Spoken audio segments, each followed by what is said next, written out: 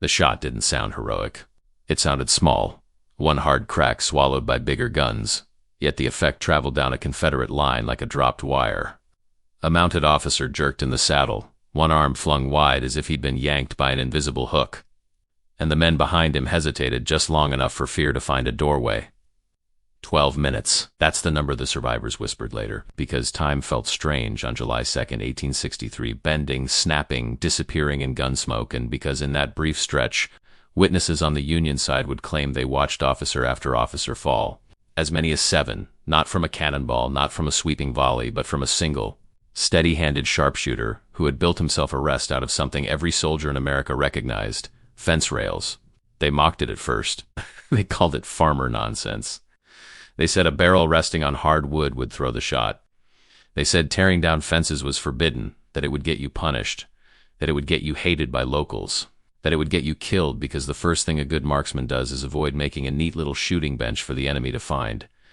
They said an officer wouldn't stand for it, not in a real fight, not with the line shifting and artillery whining overhead. But war doesn't care what's considered proper. War cares what works, and what works under pressure is often the thing everyone dismissed before the pressure arrived. Gettysburg wasn't supposed to be the place where a field trick became legend.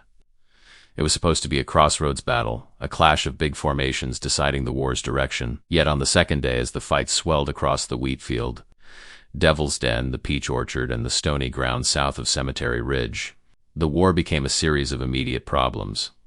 Men pinned behind rocks, lines trying to hold against flanking fire, officers riding along their own front because they had to keep frightened soldiers in place. And in that kind of moment, an officer becomes both vital and visible, the human hinge for a whole portion of the battlefield. If you can remove the hinge fast enough, the door breaks. That was the logic behind the sharpshooters in blue and gray. Men whose job was not simply to kill, but to unmake the enemy's ability to move as a unit. The Union had men trained for its specialty units like Burden's sharpshooters, often in green with better rifles and the patience to use them. The Confederates had skilled marksmen too, men raised with a gun in their hands. Men who could thread a shot through timber and smoke if they had a second to breathe.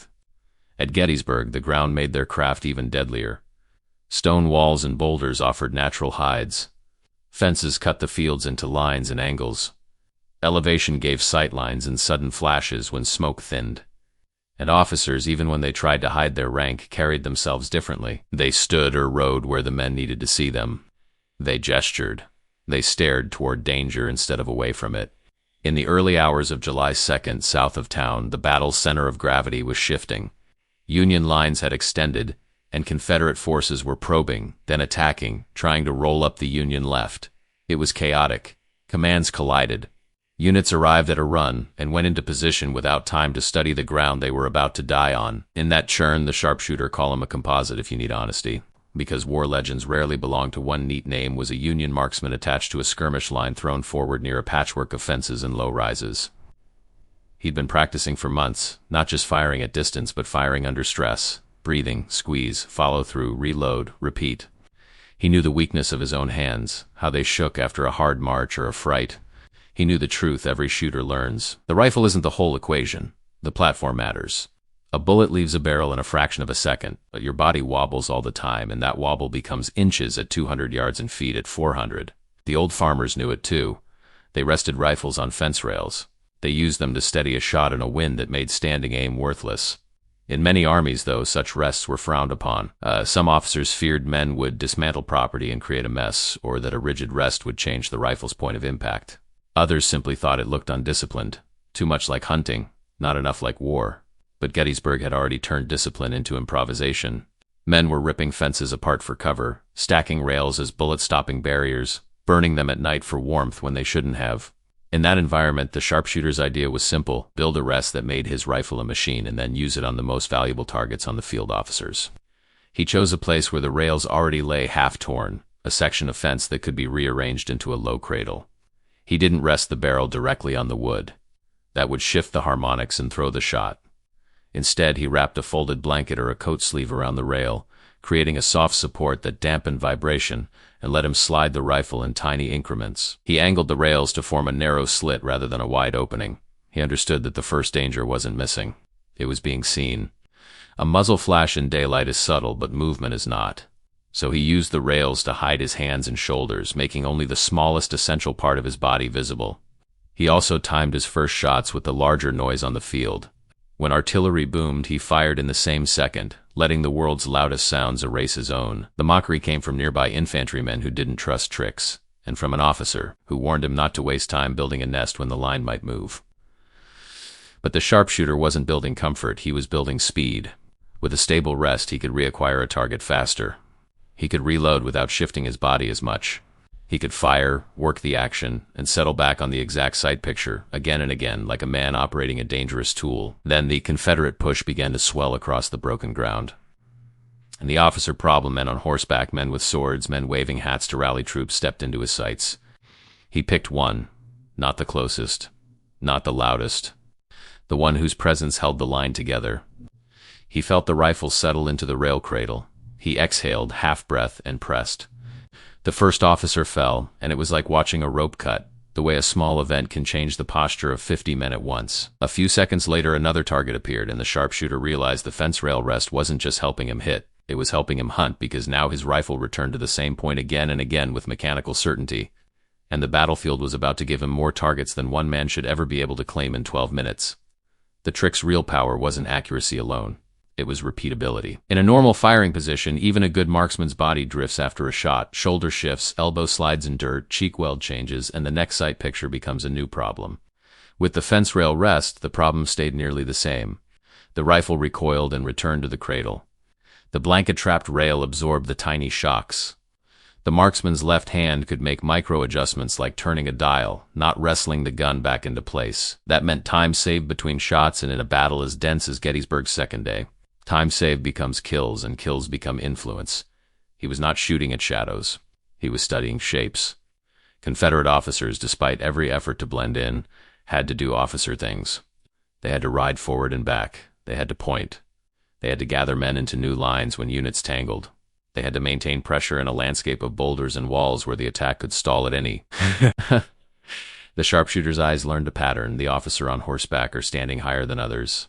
The man with a field glass, the man whose hat moved with a deliberate confidence. He also learned a dangerous truth. Once you drop one, the others begin to move differently. They duck, they dismount, they stop waving, and that makes the next ones harder. So the window is brief. You have to exploit it immediately before the enemy adapts. That is why the count 7 in 12 minutes, if it happened as claimed, could only occur in a violent, chaotic moment when officers were forced into visibility and the enemy had not yet understood what kind of fire was reaching them. As Confederate formations pressed into the contested ground near the wheat field in Devil's Den, Union infantrymen scrambled for cover. The sharpshooter's position, tucked behind rails with a thin slit, gave him two advantages: a stable platform and concealment from casual glances. But the battlefield never allows a single advantage to stand alone. Complications arrived in layers. First, smoke.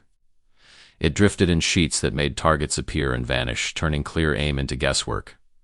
Second, counterfire. Confederate skirmishers began firing toward any place they suspected a marksman might be.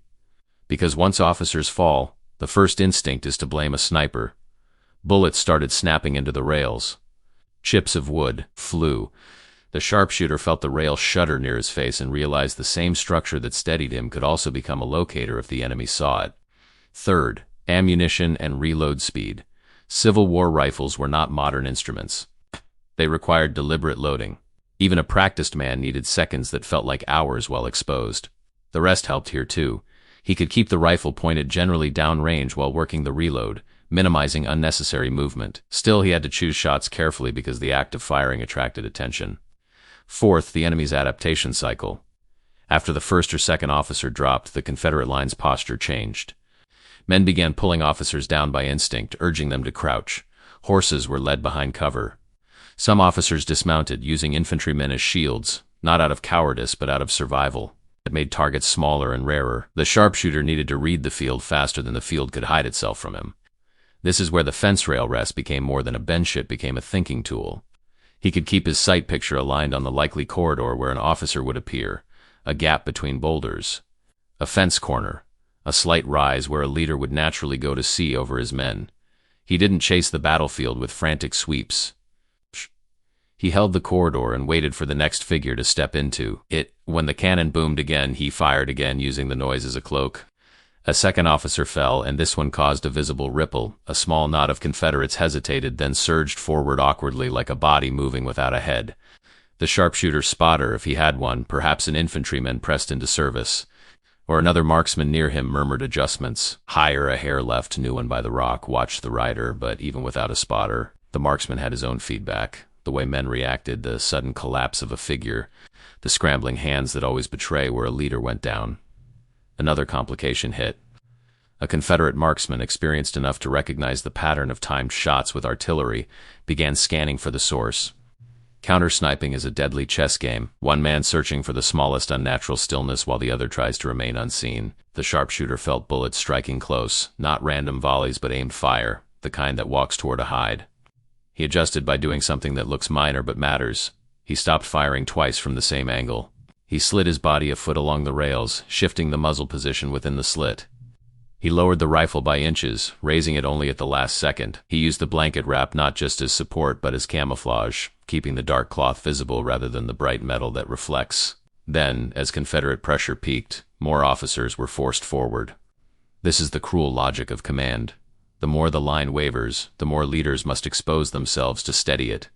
In the span of minutes, the field presented a string of targets like a row of lights turning on. The sharpshooter fired and worked the reload with the same rhythm, allowing the fence rail rest to return him to the exact corridor again. He was not shooting wildly, he was selecting. He chose officers who were rallying men who looked on the edge of running, because a rally is the moment an officer is most visible. Hat up, body upright, voice loud. Those moments are brief, but they are decisive. One shot took a man mid-gesture. Another caught a rider leaning forward, perhaps to shout into the wind of battle. After each shot, he waited long enough to avoid being patterned, then fired again when the cannon's throat opened. The claimed count climbed because the battlefield at that moment was presenting the rare combination that makes such a story possible. High-value targets forced into visibility, a stable weapon platform enabling rapid re-engagement, and enough chaos that the enemy couldn't immediately isolate and suppress the shooter. Yet the window was closing. The Confederate line began sending skirmishers wide, trying to wrap around and locate the source. Bullets cut leaves above the railhide. A musket ball hammered into the wood close enough to throw splinters into the sharpshooter's cheek.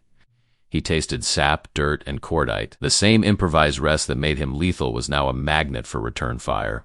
He had perhaps one more minute before the enemy either pinpointed him or the smoke swallowed the corridor entirely. He looked downrange and saw another officer, higher than the rest, trying desperately to keep his men moving through the broken ground. The marksman settled into the rail cradle, exhaled into the noise, and pressed, knowing that if the shot landed, the story would become undeniable, and if it didn't, he might not get another chance to shoot at all. He fired, and the officer went down in a way that made even nearby Union infantrymen forget to breathe for a second. Whether it was truly the 7th in 12 minutes is the kind of detail that history sometimes smears accounts vary. Memory inflates. Men tell stories to make sense of terror, but what mattered in that moment was the effect. The Confederate push did not stop because one man fell. It slowed because leadership is a system, and systems fail when keynotes vanish too rapidly for replacement to stabilize. Officers were the nodes. They carried orders, corrected alignment, held morale together, and made frightened men feel watched by duty. When several fell in quick succession, men were forced to decide on their own whether to keep advancing into fire. Many did bravely. Some hesitated. Some drifted toward cover instead of forward. That hesitation, multiplied across ranks, is how an assault loses its teeth. The sharpshooter understood this not as philosophy but as instinct. The more the enemy's motion looked uncertain, the more valuable it was to remove the next leader who tried to restore motion. But the moment of lethal clarity passed. Smoke thickened. The ground shook under artillery. A counter-sniper's attention sharpened. The fence rails began taking steady hits, not random chips but deliberate suppression, the enemy trying to either kill the shooter or force him to withdraw. The sharpshooter faced a choice that separates living marksmen from dead ones. Keep shooting and risk being fixed and eliminated, or relocate and preserve the ability to influence the battle later. A stable rest is a gift, but it becomes a coffin if you treat it like a permanent home. He chose to move, and the move revealed why the rest had been mocked in the first place. It required time to build, and time in battle is expensive. Couldn't carry fence rails. He could only build another rest if another broken fence existed where he needed it. That meant leaving behind a machine he'd tuned to his body and returning to the old reality. Your elbows in dirt, your heart in your throat, your rifle wobbling with every breath. He pulled back through low ground, using folds in terrain and rock shadows. and found another fence line partly torn by infantry seeking cover. Here again was the Civil War's strange partnership between destruction and survival. Men tore fences down to protect themselves, and that destruction created the materials for a marksman to become deadly. He rebuilt quickly, not an elaborate barricade, just enough rails to create a stable cradle and a narrow firing lane. Around him, Gettysburg's second day was still unfolding. South of the main Union line, fights at Little Round Top and the wheat field consumed brigades. Men surged, broke, rallied, and surged again. Commanders rode among men because the landscape fractured units into fragments, and fragments require leaders to keep them from becoming mobs. That created fresh officer exposure. The sharpshooters' earlier string of hits had already begun to change enemy behavior. Fewer officers mounted. More crouched, more used terrain, but desperate moments force leaders into risk. If an officer believes the line is about to collapse, he will stand up anyway because collapse is the worst outcome. This meant officer targets still existed, just rarer. And now, the sharpshooter's job was not to repeat a miraculous count, but to keep applying pressure precisely where leadership tried to reassert itself. He fired at a courier running upright with a message, the kind of man whose single piece of paper could move a regiment. He fired at a figure on a slight rise who was clearly directing men, even if the rank wasn't visible. Each shot mattered less as a number and more as a disruption. Meanwhile, the battlefield responded. Union infantry around him began to understand what he was doing. Some were grateful because anything that slowed Confederate assaults bought survival. Some were uneasy because killing officers felt like a special kind of hunting. And not every soldier was comfortable admitting war had that layer. But the Civil War had already admitted it. Both sides practiced it. Officers were shot, targeted, and sometimes deliberately aimed at because they were easier to identify and because their removal could unmake a unit's cohesion. Moral discomfort did not stop the practice. It only shaped how people spoke of it afterward. The sharpshooter also had to fight the most personal enemy of the marksman, certainty. After a string of success, a shooter can begin to believe he controls outcomes. That belief is lethal. The next shot can misfire because the cap is weak. The rifle can foul from powder residue. Smoke can shift. A bullet can strike a twig you didn't see. The sharpshooter forced himself to return to mechanics. Breathe, settle, squeeze, follow through. He timed shots to cannon sounds when possible. He shifted his firing position within the slit after each shot to avoid pattern. He kept his profile low, knowing the enemy would be searching for any unnatural stillness along fence lines. He watched for the shimmer of metal that betrays a rifle barrel, and when he saw it, he stopped firing and waited, refusing to duel blindly with someone equally patient. This restraint holding fire when you want to shoot is what separates coaching range marksmen from battlefield survivors. Yet the battle's tide was moving. Confederate attacks reached peaks and then ebbed. Some Union positions held through stubbornness and terrain advantage. Others gave ground and then counterattacked. In this churn, the sharpshooter's role became less about a single legendary burst and more about persistent influence. Pick off the man who stands to rally, force leaders to hide, make the enemy move slower and lower, and thereby buy seconds and yards for your own side. Those seconds and yards are the real currency of Gettysburg's second day. By late afternoon, the violence began to shift toward exhaustion. Men had been shooting and loading for hours. Ammunition pouches were lighter, throats were raw from powder smoke. The landscape was a wreck, fences dismantled, crops trampled, stones slick with dust and soot. It was in this exhausted phase that the sharpshooter understood the bitter truth of his fence rail rest. It was an improvised advantage born from a society's ordinary structure being torn apart. The rails belonged to a farmer before the war scattered them into a weapon. That thought might have passed through his mind, briefly like a distant bell, before another wave of fire demanded attention. Then a new danger arrived. Union officers began pulling skirmishers back, consolidating positions for the night. The sharpshooter's firing lane was narrowing. The daylight was changing. And somewhere across the smoke, Confederate scouts were still probing, searching for the marksman who had humiliated them earlier. If they found him at dusk, there would be no neat battlefield rules to save him. He would be a lone figure behind a fence in the wrong place. And the border war logic of no quarter could appear even on a grand battlefield like Gettysburg. He gathered himself, looked downrange one last time, and realized the next chapter of the story wasn't whether he could shoot again, it was whether he could get out alive with the enemy now hunting him specifically.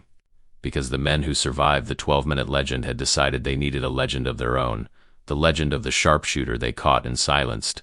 Night doesn't end danger for a sharpshooter. It changes its shape. In fading light, range estimation becomes guesswork. Silhouettes become traps, and the sound of a single footstep can travel farther than a volley. The sharpshooter understood that if he stayed too long in one place, the enemy might not need to see him to find him. They could triangulate where shots had come from, notice the unnatural gap in a fence, or simply sweep skirmishers with bayonets through likely hides. So he moved as the evening deepened. Not running draws attention, but sliding from cover to cover, keeping low using rock shadows and folds of ground. Round him, the Union line was consolidating, wounded men were being carried back, and officers were issuing orders for the night defensive posture. Across the field, Confederate forces were pulling back from failed assaults, reforming, and preparing for whatever tomorrow would demand. The sharpshooters' earlier burst, whether it was exactly 7 officers in 12 minutes or a slightly smaller number compressed by memory, had already done its job. It had proven a principle every tactical storyteller loves: a simple, dismissed field method can produce outsized impact if paired with timing and discipline.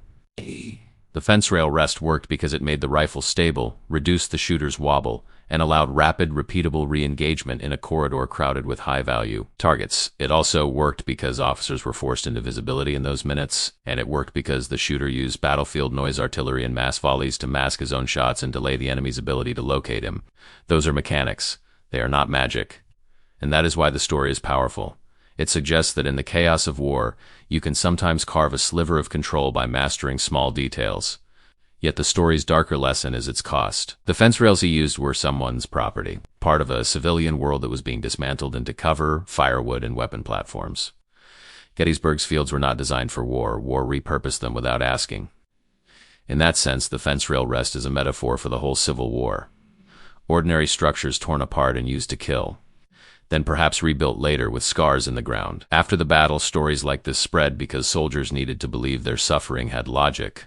A tale of a sharpshooter who stopped a charge or dropped officers gave meaning to the hours of fear. It also gave the army a folk lesson. If you can steady your rifle, if you can create a platform, you can increase your effectiveness dramatically. Some officers still frowned on improvised rests, worried men would become too comfortable and forget to move with the line. Others quietly encouraged the practice in certain contexts because results speak louder than doctrines. On the Confederate side, the adaptation lesson was immediate. Leaders began dismounting more often, using terrain, moving in shorter bursts, and forcing couriers and sergeants to carry orders through low ground. They also increased skirmisher screens and began probing fence lines and stone walls for hides. In other words, the enemy learned. That is the inevitable consequence of any secret trick in war. Once it works, it stops being secret. This is why the sharpshooter's 12-minute window was so important. It was the rare moment before the enemy's adaptation fully activated. After that, every officer who stepped into a sight line did so with the knowledge that a marksman might be watching for the gesture. The hat wave, the upright silhouette. War's rules didn't forbid sharpshooting. War's psychology did. Men want to believe they die as part of a fair exchange of fire. The sharpshooter undermines that belief. He teaches that death might arrive from a place you never saw, delivered by a man you never knew existed. That lesson spreads fear, and fear spreads caution. And caution slows attacks, which is why sharpshooter tactics have always been disliked by those who need men to advance. Yet Gettysburg was a battle of morale and momentum, as much as it was a battle of positions. Anything that slowed Confederate assaults even by minutes could help the Union hold critical ground. The sharpshooter's rest therefore mattered not because it created a cinematic pile of kills, but because it contributed to a larger pattern of friction, little delays, little hesitations, little disruptions that accumulate into failed attacks. At the same time, the story cannot be allowed to become pure myth. Numbers in war stories drift. Men exaggerate without meaning to. 7 and 12 minutes might be an upper-end claim from witnesses trying to describe a terrifying streak of precision. The honest way to tell it is not to cling to the number as scripture, but to honor the reality beneath it. In a brief stretch of Gettysburg's second day, a Union sharpshooter using a simple fence rail rest was able to hit multiple high-value targets fast enough to change how the enemy moved. And that effect was visible to men watching, which is why the tale survived. That is enough to keep the story both compelling and plausible. As the night deepened, the sharpshooter reached safer ground behind the Union line, where the noise softened into low murmurs, where lanterns were shielded, where men spoke in exhausted whispers about what tomorrow might bring. Gettysburg's second day had been the real test. The Union line had bent and held in places and broken and reformed in others.